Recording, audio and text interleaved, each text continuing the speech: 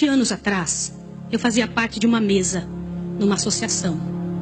E eu vi uma das histórias mais tétricas que eu já vi na minha vida.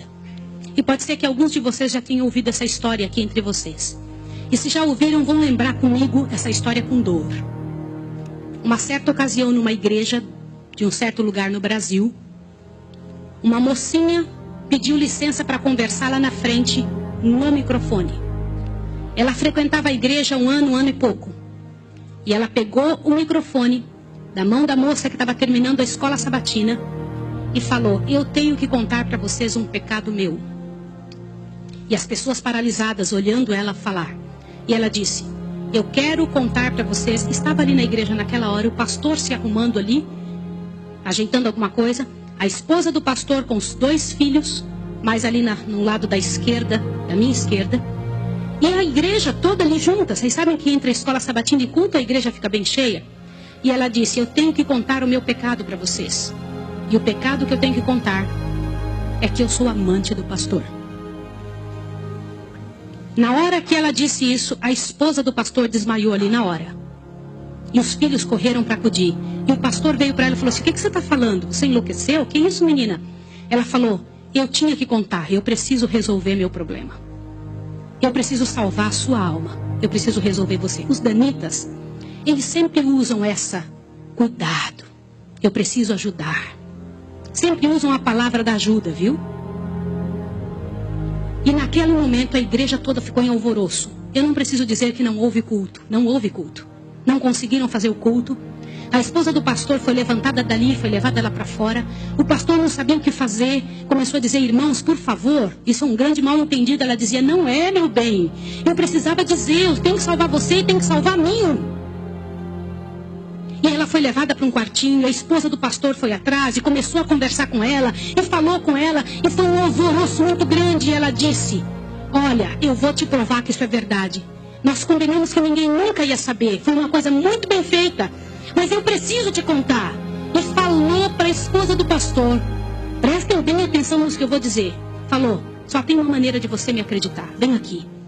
O seu marido tem uma marca na genitália dele. E a marca é assim, assim, assim. E a esposa olhou para ela e acreditou nela na hora. Sabe por quê? Porque aquele pastor nunca tinha tido contato sexual com nenhuma pessoa, só com sua esposa. Eles se casaram virgens. E ela disse: ninguém sabe disso. Como é que essa moça sabe? Consegue imaginar o que é isso? E ela também nunca tinha contado isso para ninguém. E ela pegou a esposa do pastor, passou a acreditar. E ela contou detalhes sobre o corpo do pastor, detalhes sobre ele, até de coisas que ele falava enquanto dormia. Preste atenção. Eu não preciso dizer para vocês que aquele casamento acabou. A igreja todinha daquele pastor entrou num estado de bancarrota que vocês não têm ideia. Uma palavra, como diz Tiago, pode estragar a vida de uma pessoa para sempre. Sabe quantos anos se passou dessa história? Até que eu fiquei sabendo, isso foi há 20 anos atrás que eu fiquei sabendo. Já tinha se passado 20 anos que isso tinha acontecido. Por que eu fiquei sabendo dessa história? Foi uma mesa, numa comissão, numa associação. O presidente um dia nos chamou e disse o seguinte: irmãos, eu preciso da ajuda de vocês e oração por algo. O que foi? Há 20 anos atrás aconteceu a história de um pastor e contou toda a história para nós. Foi numa igreja assim, assim, assim, e nós tiramos a credencial desse pastor. E esse pastor foi para um sítio e ficou sozinho. A esposa dele é casada, tem outros filhos, está vivendo a vida dela. Mas eu fui chamado, olha o presidente nos contando. Eu fui chamado há alguns dias na casa de uma senhora com os cabelos todos brancos morrendo de câncer. E essa mulher morrendo de câncer pediu muito para falar com o pastor. Mas tinha que ser o presidente da igreja adventista. E eu fui até lá porque eu sou o presidente. Quando eu cheguei lá, a mulher me contou que ela tinha sido a moça que tinha falado aquilo do pastor. A amante, a suposta amante do pastor. E ela contou para o presidente que ela havia inventado toda essa história. Mas como que ela sabia dos detalhes do corpo do pastor? Na ocasião em que ela tinha se apaixonado pelo pastor, Ela trabalhava como faxineira dentro do hospital. E o pastor foi internado, prestem atenção, internado para uma cirurgia de apêndice e passou muito mal. E ela era amiga de uma enfermeira.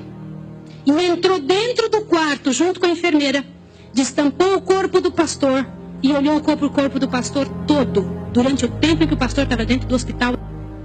E quando o pastor falava algumas coisas, ela ouviu o que o pastor falou e ela olhou os detalhes do corpo do pastor e guardou. Satanás plantou na cabeça dela 1 ano e ela formulou e acabou com a vida do pastor. E o presidente pegou uma credencial, foi lá no sítiozinho onde o pastor o coitado daquele pastor, o caluniado estava, e chegou para ele e falou, junto com uma comitiva dos irmãos: pastor, eu vim aqui te entregar a sua credencial de novo, nós descobrimos que era mentira. Sabe qual foi a resposta do pastor, irmão? O pastor disse assim: vocês me devolvem minha família e meus filhos também? Vocês me devolvem minha reputação? Se vocês não devolverem junto, eu prefiro ficar aqui. E esse pastor, uns dias atrás, eu soube que ele morreu lá naquele lugar. Quem foi a assassina daquele pastor? Não foi só aquela mulher, foram todos que falaram junto. Porque, gente, quando acontece um inferno desse, uma multidão de gente sofre, uma multidão de gente fica machucado. Meus irmãos, vocês me perdoem ter que falar sobre isso, mas é verdade. Existem muitos lugares que eu tenho muito medo de pregar, mas eu vou igual se me chama. Porque eu vou falar uma coisa para vocês. Ontem à noite eu comentei que a vida de quem prega essas verdades é altamente prejudicada. Uma coisa desse tamanho é passada de boca em boca, de forma que apareça o inferno no final. Será que existem danitas no nosso meio? O céu é um lugar tão fabuloso. Não vale a pena, meus irmãos. Não vale a pena. Deus tem mais para a nossa vida. Tem mais coisas para ocupar a nossa mente, para fazer parte do nosso vocabulário, para nós pensarmos a respeito das pessoas. Vamos fazer um exercício? Pense bem da pessoa que mais mal você sabe dela. Imagine isso agora. Sabe o que vai acontecer com você? Teu coração vai se encher de paz. Porque é isso que acontece, gente. Se você não for capaz de abrir a sua boca para trazer paz para a vida de alguém, não abra a sua boca para trazer o inferno para a vida de quem quer que seja. Jesus ama as pessoas pecadoras e miseráveis. Todas aquelas que pecaram horrivelmente, Jesus ama. E Ele tem mais para oferecer para nós.